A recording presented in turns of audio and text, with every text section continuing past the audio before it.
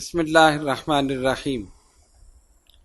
شعبان المعظم کے خصوصی وظائف جو بزرگان دین اولیاء کاملین سے منسوب ہیں اور ان کے عطا کردہ ہیں، گزشتہ سال بھی ہم نے یہ تمام وظائف بتائے تھے اور اس سال بھی آپ سب کو بتا رہے ہیں۔ انشاءاللہ تعالی جو بھی اس پہ عمل کرے گا اس کی ساری پریشانیاں دور ہوں گی۔ شعبان کا مبارک اور مقدس مہینہ جب شروع ہو تو آپ پہلے سے عبادات کا اہتمام کریں۔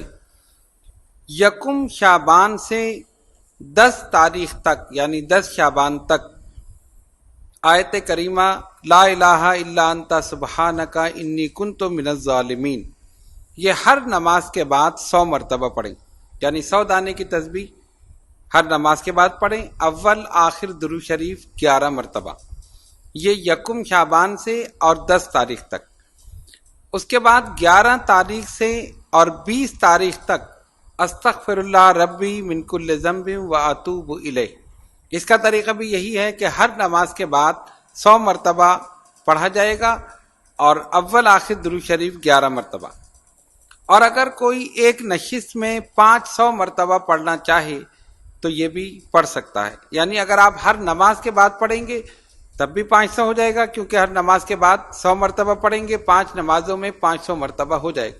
اور کوئی یہ چاہے کہ میں عشاء کے بعد یعنی ایک ہی نشست میں 500 مرتبہ ایک ساتھ پڑھوں تو وہ بھی پڑھ سکتا ہے۔ آپ جانتے ہیں کہ اس ماہ مبارک میں ایک مبارک مقدس رات ہے جسے شعبان المعظم کی 15ویں شب یعنی شب برات کہا جاتا ہے۔ اس کی فضیلت احادیث میں موجود ہے۔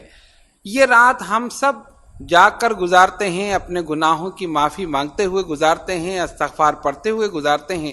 بزرگان دین نے فرمایا کہ اس رات کم سے کم 1000 مرتبہ استغفار پڑھیں اور اس کے بعد اللہ تبارک و تعالیٰ کی بارگاہ میں دعا کریں، اپنے گناہوں کی مغفرت چاہیں، اپنے اہل و عیال کے لیے، اپنے دوست احباب کے لیے، عزیز و اقارب کے لیے، اپنے والدین کے لیے، سب کے لیے صحت تندرستی کے لیے دعا کریں، اور جو دنیا سے جا چکے ہیں ان کی مغفرت کے لیے دعا کریں۔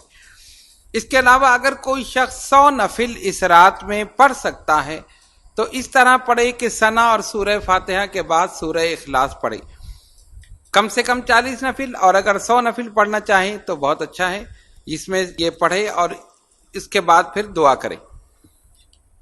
آخری عشرے میں ربنا آتنا فی الدنیا حسنۃ وفی الآخرۃ حسنۃ وقنا عذاب النار ہر نماز کے بعد 100 مرتبہ یہ دعا پڑھی جائے۔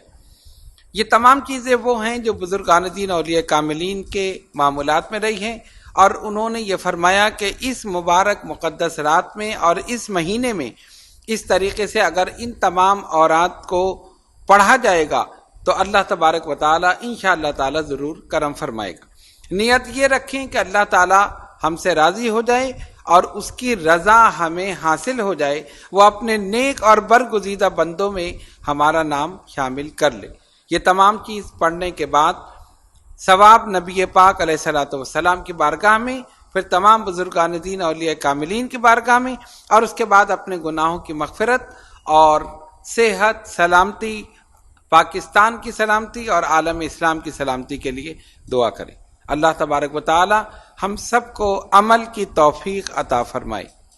وآخر دعوانا ان الحمد للہ رب العالمین۔